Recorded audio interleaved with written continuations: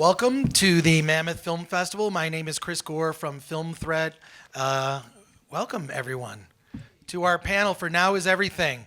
Big round of applause here for all the filmmakers involved. I want to launch right into it by actually asking each of our panelists and filmmakers to introduce themselves and briefly how they came to the project. And we'll start on this end and work our way down, and then I have a lot of questions for you. I'm Valentina, the Amicis. I'm the co-director with Riccardo of Now Is Everything. And yeah, we just did this movie, together. And yeah, Riccardo can explain much better than me how we started to work together. Yeah, Riccardo Spinotti, co-director of the film. And ever since we met, we've been dreaming of this, and luckily it happened after a bunch of years, and happy to be here. Dante Spinotti, I'm one of the producers. Actually, a co-producer with my lovely wife, who's Marcella. She's down there. Yeah.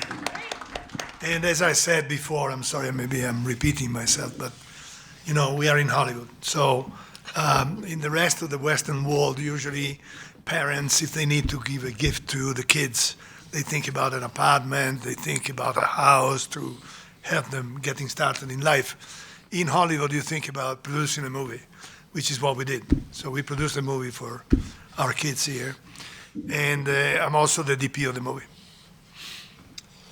Heather Kritzer, I'm one of the producers, and I came to the project, actually go back a little bit with Dante and had the pleasure of working on LA Confidential about a couple decades ago, which was an incredible experience. I was working as an assistant director, and working with Dante was unlike any other experience I've ever had. And he's a master, every frame, paints every frame, and you just stand there watching him as he layers his work. And cut to many years later, reached back out and connected him with a different filmmaker, and then had the opportunity to work with these guys, and it was just a unique opportunity I would never have passed up, and it's been an incredible experience with this team. Hey, I'm Markus Bishop Hill, executive producer, and Stephanie, Heather, and I have produced several films together, and through Heather, we joined the Spinotti family, and that's how we're here producing this film. Stephanie Rennie, executive producer, and like Marcus said, worked together a bunch, and Heather was nice enough to introduce us to the Spinotti family, and it's been a great experience. I'm Matt Handy. I'm a co-writer on the project, and wonderful film. And my journey started when Valentina and Riccardo sent me a 14-page fever dream and said, we need an 80-page script. and that's how we started. Well, let's talk about the unique narrative structure of this film. It's not traditional narrative. Is that fair to say? And can you talk about what led to that choice? Yeah, I mean, really, it comes out of desperation. You know, you try and experiment, and you keep failing, and then all of a sudden, you just find that you're expressing yourself freely, and things start to harmoniously flow, and you know, there's only one way to continue, really. So it wasn't planned or anything, you know, it just kind of happened over time. And how did the two of you come together as co-directors? I always think co-directing is really fascinating. And I think when you look at co-directing teams, there's been so much success in that realm. When you look at the famous co-directing teams. So how did you come together, and what is your process? Well, we just, for us it's more like being in a band. It's kind of going into the studio, and we go on instinct, you know, whoever feels like playing certain notes or certain instruments can do so, and, you know, we just reflect each other's sensibilities, and so, I've never met anyone with such identical tastes, and so yeah. And, you know, we made a love story, and we're in love, and there we go. Let's talk about the look of the film and the cinematography. Dante, can you speak to that? It's certainly remarkable. It's part of our profession really the main thing is to be able to understand what's in the mind of the director, in this case, the directors.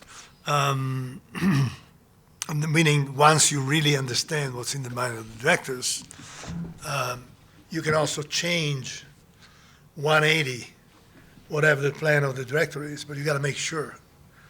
And it's not the case with these two guys because they really knew how they wanted to do it. And so I paid a lot of attention in trying to help them in doing the movie that they had in mind. And I probably collaborated and helped mostly on the more traditional, the more classic kind of scenes, the scenes with dialogue with the actors, also in the planning. Thanks God we had these three guys here. Heather, who's a strategist, and Stephanie and Markus. But, that was the key thing, and to understand how to help them do their movie. And as I said, I help in these more traditional cinematographic scenes, but then all the visual and the sense of the movie. I mean, I saw the movie when it was finished. I wasn't involved. I wasn't asked anything. I couldn't go against what they actually wanted. I was cut out of that, and so that's all. He did his job, the job he was That's hired to exactly do, right? Yeah. I want to go to your questions here. So if anyone has a question, raise your hand and I'll get to you. But I do want to ask about this incredible cast and how you were able to pull together this cast. And I know that there are a lot of filmmakers here. So if you could give us maybe an inside baseball look at what was the process in terms of pulling together such an incredible cast of actors. Let me just say quickly one thing. Please, yes. We started shooting the movie already, and my wife Marcella met Sir Anthony Hopkins in a mall. and they chatted a little bit, and he said, "I want to do what? Riccardo is already shooting the movie. I want to do his movie," and that's how he can, For real? You met in a mall? No, but I mean, I've done a couple of movies with him. Oh, right. Okay. Yes, we became very good. An ice cream shop. He directed the film, a short film with Tony. 10 years ago, we've been friends for a while. Yeah. Oh, so that was really just knowing him personally was just is a matter of just saying, would you be involved in this new project? Yeah, because he's egoless. He composes, paints, writes poems. He's a rebel who doesn't want any attention for it. So just beautiful artist, who's into the strange stuff. Yeah, the film also stars Madeline Brewer, who we all know from *Handmaid's Tale*, recently in *Hustlers*. Camille Rowe is also in the film, an up-and-coming actor named Irakli Kvirikadze, Anthony Hopkins, Melora Walters, Rita Taggart, Brad Greenquist. Just an epic cast of names of people that we all know and love and recognize. So how do you pull all of them together and rally them to be a part of the project? Yeah, well, this is a film we've dreamed about for so many years, and so it's just natural that it's become our ode to cinema. And so, to have people like Melora Walters, Magnolia and Rita Taggart, Mulholland Drive, there's a lot of references to LA and those movies and those years, and also Anthony Hopkins having worked with David Lynch on The Elephant Man. So it's really those artists who went beyond acting and inspired us and sculpted our soul, who make art beyond, what they get paid for, and, beautiful, egoless. Let's talk about shooting in Los Angeles, which for an indie film can be challenging. It can. Yeah. Right. So I really want to know what tips or advice that you have about trying to pull together something that can have that kind of production value of, a studio picture, but on an indie level. Yes. Let me just say one thing very quickly, sorry, guys, because I feel like, this is a good, proper thing to say. We discovered during this operation that Hollywood really is a community. I mean, there are values to this. So it's like going around and finding great friends besides whoever gave us the cameras, Panavision, and lighting and all that stuff. But it is a community. So people see you and say, "Oh, you're doing a movie with your son. How can we help?" And you feel that it is a serious. And I think, we are very thankful for this. Also, too, when you're doing an indie, something like this, people are a little more passionate about it than when you're just going and scouting locations for television series. People are so burned out with the volume in town, but when you come across a gem like this, people get behind it in a different way. And I also want to plug our location manager, who was instrumental in having, he's a guy that's kind of got all the back pocket relationships. And that person is key to making something like this work, because they have like the other phone numbers at the film permit office, and they can call, you know what I mean? They're not coming in through the front door, and they're not coming in with a big footprint. And those kind of people are really key too, because they're the ones that are going to close those deals for you. So. Yeah, absolutely. And I guess one thing I would say is when you're indie filmmaking in LA, I know that it's hard to shoot on a low budget scale in Los Angeles, but always permit and always do things by the book. I think the thing that hurts filmmaking in Los Angeles is when people think they can't afford to go through the proper channels of permitting to film something, and then those are the people who ruin it for the rest of the indie filmmakers when they get caught filming at a public park where they shouldn't be, etc. So, even though we were working on a lower budget, we always did everything by the books, permitted when we needed to, and really pulled in a lot of favors. Like Dante and Heather said, a lot of favors from camera houses, location owners, and when they find out it's a passion project that you're trying to produce, they're a little bit more willing to help. Questions from our audience? What was the most challenging part of the process from writing to when you were filming? And how did having family members involved in that process either help or hinder that experience? I got an answer for that quickly. Yeah, good question. How long did you have? Working with family members, that is the most challenging part of the project. The most beautiful, but also the most challenging. And plus doing something that you don't know how to do. I was a producer, I had no idea what producing means, besides having shot 70 movies. But it's still something different. Yeah, it can be tough, because it's something that you work with people that are part of the family, but at the same time you feel like it's family, so you feel very productive in a way. And also we were very lucky because we have a really, really good freedom, So to make a first movie, how to make a first movie. So yeah, it was good and challenging. Yeah, I think at the beginning, the most challenging thing was just making sure we were all on the same page, because the vision of this film really came from Riccardo and Valentina themselves, and it was in their minds. And in the beginning, not all of us understood what that vision was, but over time, we all began to wrap our heads around what kind of movie that this was becoming. This is we brought it to light here. I want to ask you all a simple question. Maybe it seems simple, but I think that something that might actually help everyone here in this room is that if you were to give advice to a very close friend, maybe a family member, about the one thing they needed to know to embark on their first film, what is the one thing you would tell them? And I'd like to ask if everyone would actually answer that question. So someone who's very close to you is making their first movie. What's the one thing that they need to know before they start on this journey? Find the right people that you can connect with. Find the right people that can be passionate about your project. I think it's the most important thing. And trust. That's great. And of course, artists who reflect your sensibilities, but also just,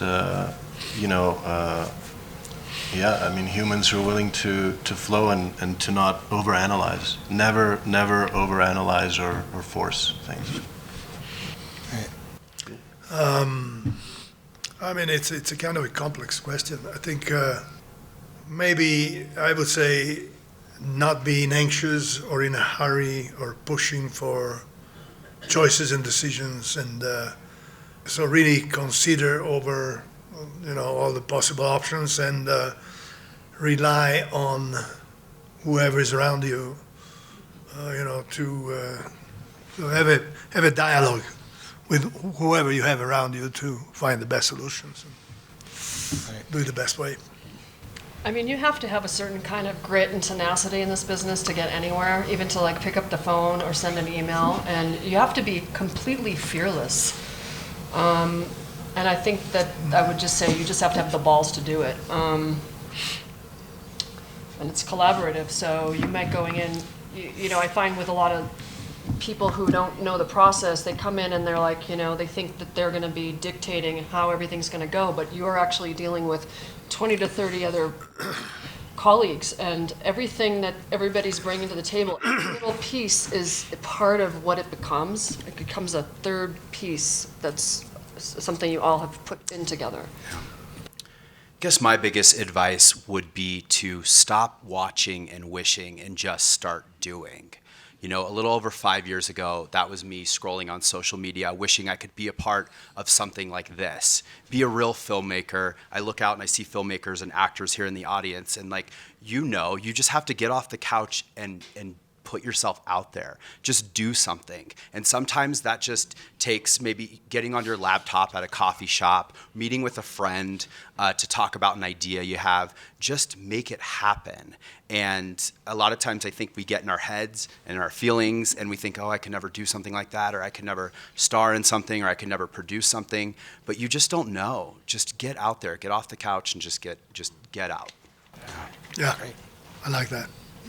I'd say just trust in your own opinion and taste. Like, the loudest voice in the room doesn't always mean that they know more or they have a better opinion, and some people are better at arguing than other people. So I think it's really hard for people to kind of stay true to their vision. And I know, Riccardo and Valentina, I'm sure, came up against this a lot because it's very, like it's a non-traditional script, but I think it's just important to keep to your vision. That's good. Lots of good ideas. I have to say, I think having a story that you feel the world needs to hear is a big part of it. The story you're connected to, because everything that you do comes from that, and it's going to have to sustain you through the trials Markus is talking about, Stephanie mentioned. And I think, as Dante said too, very, very good advice in the sense of take your time. Because if you think about it, as independent filmmakers, if you're writing your own script, it's probably free. It's really your time you're investing. So take your time and write the best script that you possibly can. But in the spirit of what other people have said is also know when you've got that script, go make the movie. Don't write the script forever. Tell a great story and then go make your movie. Great. What's it like to have your film premiere here? This might be one of the more fun parts of the process, right? Having it screen in front of an audience and seeing a live reaction. But do you have a favorite part of the process? This is a question for everyone. Is it pre-production, production, editing? What's your favorite part of the process? I would imagine that having it screened for an audience might be a favorite of everyone, right? You're at the end of the journey. But what place in the journey for you is most exciting and most gratifying? For me, filming, especially working with actors, because you can, of course, try to find new way to tell your story, explore new things, and also editing. We really had good time to work together editing the movie, so it was really challenging. We changed completely the script in a way, so we explore now a new way to tell the movie. Yeah, it's whenever I'm able to paint or write a poem, or when the acting stops and the being begins, and there's a sort of dance that goes. I mean, everything else is I'm not saying a waste of time, but it's annoying. There's just, it's so easy to become uptight in this process. You just overtalk things to death, and so whenever one can really dance, that's so. Is it for you perhaps shooting? I beg your pardon? Oh, I say perhaps shooting is your favorite part. No, I think before you start the movie, you gotta make a visual image in your head, right? You read the screenplay, you talk to the director, you start scouting locations, you know your limitation in time, when you have to achieve what. So I think the finest moment is when you realize that what you were seen visually in your head, or dreaming in your head, or forming in your head before you start shooting the movie, and then you see that it happens, that's kind of a good moment. Do you agree with me? I agree. Okay. I don't have the experience to back it. Yeah, you know, you don't need a whole lot of experience to. This is great. Actually, a friend of mine, the legendary Vittorio Storaro, he once said, if you don't get the movie right in the first 2 weeks, it's gone. It's going to be mediocre, you know. Which is kind of true. You got to get it. You got to feel that you are on the right track, you know. I imagine like a train track at some point. And so that you've taken the right decision, you've seen the right visions before you start doing the movie.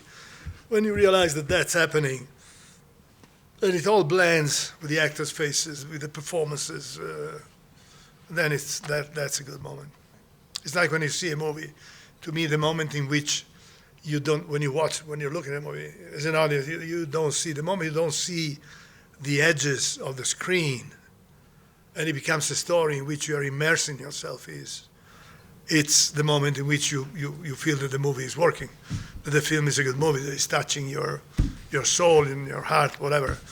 Until you see the edges of the screen, and you judge, oh, this maybe is like this, like that. You know, it doesn't work. Once you get inside, the movie's fine. Heather? I was going to say, the first moment you roll camera on your very first shot of the very first day is very satisfying, when everything is there and everything's operating and everybody showed up. And then the second favorite is the wrap on the last shot of the end of the project, when you know it's in the can. As you can see, all of us are very different. That's a really good question. I think this is one of the favorite questions that we've received so far. Yeah, you can tell who does what. Well, that's why I want everyone to answer it. I love that variety of responses. I mean, as you can tell, we've got logistical and we've got editing and pre-production and shooting and everything. Well, what do you think I am? I love packaging a film. I love packaging it together. I mean, of course, I'm there in the trenches every day. When you've got your camera truck stuck in mud, your lead actress won't come out of the trailer, your Steadicam operator is an hour late. We've all been there. We know the process of filmmaking. It all happens. Being in the trenches is a lot of fun, and being able to problem solve on the day and in the moment. But I love seeing the movie come together in post, and just being able to package and promo and festivals and really just get the idea of the film out there to the people. A lot of my work is, logistical, and so in pre-production, I feel like is the bulk of what I do. So I'm always just amazed the first day when all the departments show up and everyone knows what to do, and like the machine kind of is just starting to run, and everyone's just so passionate about each department that they're doing, and yeah, it's just the first day, just seeing everyone show up. For me, I think it's a moment, it depends on your schedule, but it's probably in the second or third day when this group of unique individuals has come together and you're starting to coalesce. And it happens, especially with directing, when your actors are there, you see what they've prepared, and you get a couple days into shooting, and you start to see the movie that you imagined, a little bit like Dante was saying, coming together, and your brain shifts from that mode of thinking, where you're trying to figure out, like, how do I make this movie not stink, to how do I make this great, and suddenly you sort of transition to just thinking about, what am I doing next? You're sort of connected with everybody, and the whole logistical piece of it, sort of you can let go of that, and suddenly you're just making that movie, and you're free.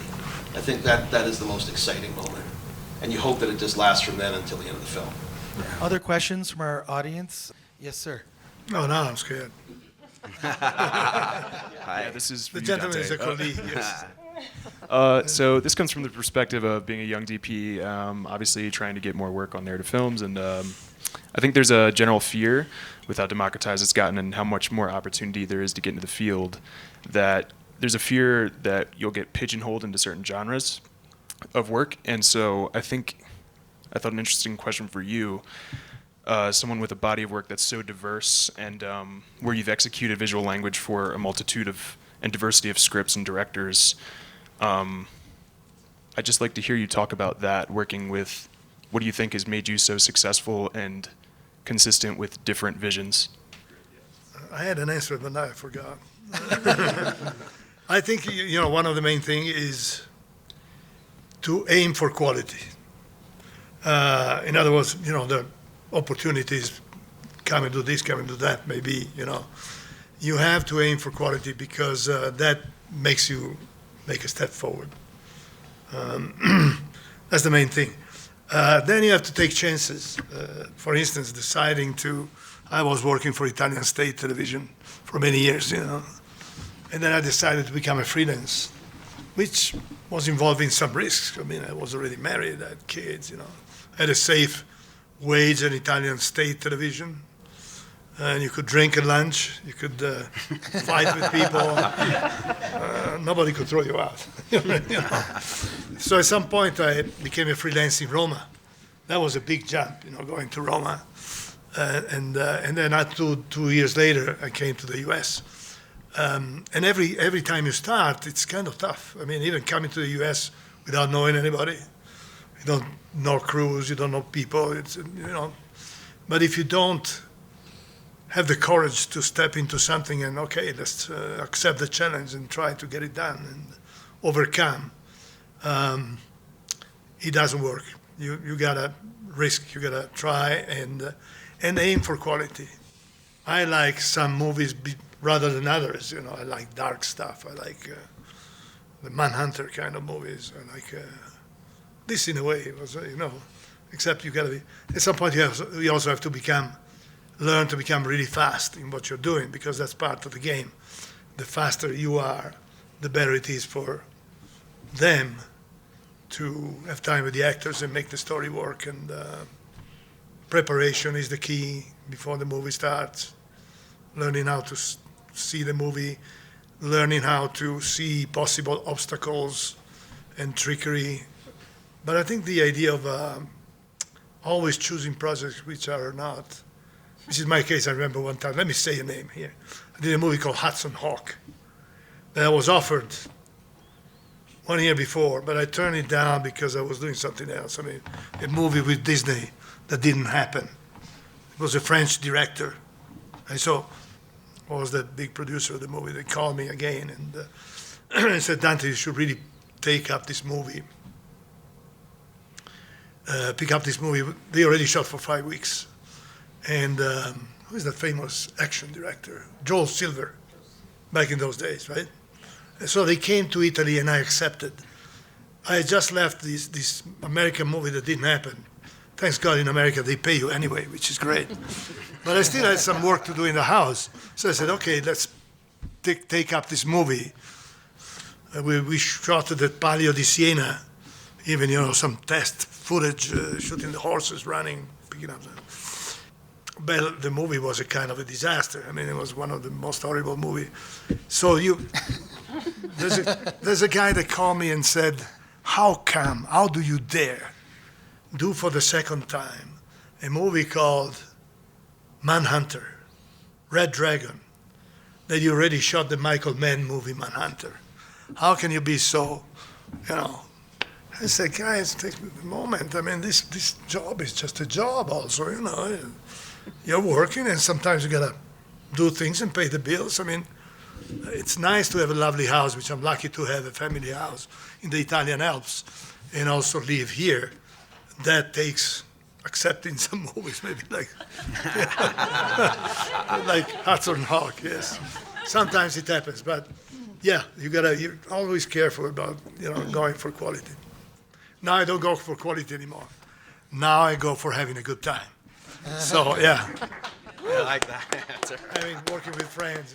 Other questions here? Yes. So we made a film that's going to screen on Monday. It's a short. It's 9 minutes and 3 seconds. It took 3 years. And so I really just wanted to ask a question of when did it change from being a hobby to a profession? When did that happen for each one of you? It's never a hobby. I mean, I'm sorry to take the mic. I went to school in Santa Cruz for theater directing and had this crazy dream that I was going to be a stage director and go to Broadway. And I came to LA after college and started staging plays and was making no money and working running crew at Pasadena Playhouse and doing summer Shakespeare festivals. And I was literally making like $300 a week for 6 days of working a week. And I don't even know how I got by, but at some point I said, this.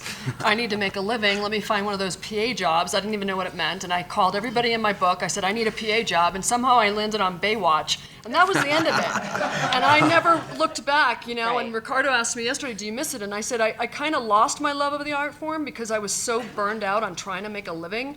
And I never thought about anything else. I mean, it wasn't ever a hobby. It was my life. I mean, that's my opinion. So you're better off doing that. Just go do it. That's, I think, one of the messages we've been saying. You just got to go out and do it. Film school's not going to do shit for you. I would say I agree with that. I actually think that making a film and taking it on the festival circuit based on the people that you meet and everything might cost you the same as grad school, but it's a better education in terms of the, I mean, I'll tell you what I did actually is I knew that I couldn't afford to go to USC film school. So I went to the campus and went to the bookstore and I bought all the books that I could afford at the time. And then I wrote down the names and authors of all the other books. I read every single book because I thought if I could not afford to go to this school, I will read all the books that I could. I'm a college dropout who wrote a book that's required reading in film school now called The Ultimate Film Festival Survival Guide. There you go. So I think that there are multiple pathways as long as you end up on that journey. But I do want to ask you all, because what I love so much about indie film, one of my favorite things to do is just to talk to indie filmmakers all day. Because people are not here for the money, it's for the passion and the love of film. So I want to ask you all, do you have an epiphany movie? And what I mean by epiphany movie, I think everyone has this, including everyone in the audience. It's a movie that made you fall in love with movies. It's a movie that you saw that had a profound effect on you, probably when you were younger, that just transformed your life, changed your way of thinking, and made you decide this is the thing that I want to pursue, and someday I will be involved in this. Maybe it's a classic film, a movie you saw as a kid, or a movie that profoundly changed you and made you fall in love because you're all here because you saw that film. So perhaps we can... Yeah, for me it was, when I was at university, it was 8.5 from Federico Fellini, by Federico Fellini. Yeah. Because it was really, I don't know, the first time that I saw the movie, I couldn't distinguish what was it real or not. And I thought, it's not easy to talk about the movie, but I was like, okay, I want to make something, not like that, because it's impossible, of course, but maybe I want to try to make movies. So, it was the movie. Yeah, there might be bathrooms in all of Kubrick movies. Seeing characters in, right? From Lolita, The Toenails, Doctor Strangelove, of course. I mean, he commits suicide in there, and Clockwork Orange. But no, when I was a kid, continuing the Kubrick thing, is Full Metal Jacket. My friend and I would put it on, but we'd always watch the first part and then rewind. So, it was hilarious. And then I grew up and figured out that it's quite the opposite. So, If you have not seen these films, this is a good list for some of our younger filmmakers in the audience. Dante, I'm curious, film on your... Well, my professional inspiration, I think, the films by Vittorio Storaro had the impression on me, that kind of lighting was very new and very interesting. At the time, it was great. And the fact that it was Italian, maybe, and it was so successful, that was important. Talking about bathrooms, I work with a comedy director, great guy, Gary Marshall. He's not there. And he used to say, I gotta see a sign, bathroom. If he didn't have a sign with a bathroom, he was not comfortable directing his comedy. I can't name one. I mean, Goodfellas had a profound experience, had an effect on me just because of the way he edited and the music and the pacing. But, I watched a lot of Cassavetes and I watched a ton of rock and roll movies coming up, Give Me Shelter and Woodstock and Tommy, and all that stuff had a huge effect on me, just my whole visceral and, sensibilities about taste and whatnot. I didn't know it at the time, but for me, Donnie Darko was a movie that as a kid I didn't quite understand. I couldn't wrap my head around what the movie was about, but it was a beautiful film. And just the fact that it dealt with like existentialism. It's actually one of my husband's favorite movies of all time, but it was a more non-traditional way of storytelling. It's almost like Now Is Everything, the kind of like how our film is very non-traditional and how we tell the story. That for me, I think back and just think like, wow, that was a movie that I didn't quite understand, but it was beautiful, and I'd love to do something like that someday. And we did. Here we are. For me, it was the talented Mr. Ripley. I was probably like 10 years old the first time I saw it, and it's the first time I ever watched DVD commentary, and I realized like, oh, there's people making movies. Like, I didn't realize it was a whole industry and profession, and I think it just like it clicked with me, like, oh, I can make movies, like I can be one of these people. So I am far more mainstream, I think, than everyone else. When I was 5 years old, I saw the very first Star Wars film, 1/4, depending on how you categorize it, and my brain melted. And I took every single person in the family took me, and I was really lucky. My grandfather, I was able to convince to go in the morning and then stay. So he brought a book and a flashlight, and I saw Star Wars probably 7 times a day for about 3 weeks. Wow. So I'm convinced it like synaptically rewired me. And then I was really lucky because my uncle was an English teacher, and my parents were terrified that all I cared about was Star Wars and all I drew was Star Wars. And my uncle was wise enough at the time to know the work of Joseph Campbell. And he introduced me to the hero's journey at about 5 years old. And that just, everything that follows had to follow from there. So strangely, George Lucas, as you mentioned, Star Wars. Unfortunately, we have to wrap it up. I want to thank. Let me just Dante. add a quick note Yes. that we haven't spoken about earlier. Talking about this story about the Hollywood community and all these friends working. The costume designer in our movie is Colleen Atwood, who has 4 Academy Awards, and she was on set every day. This is what I'm talking about, doing a movie, having a community with friends that are so helpful. And the quality of the costume is, I think, evident in this film. Thank you. Thank you. I want to thank everyone on our panel. You guys were amazing. Thank you. Big round of applause. Thank you. Yes, and thank you to Mammoth Film Festival for having us here, and taking a chance on our movie.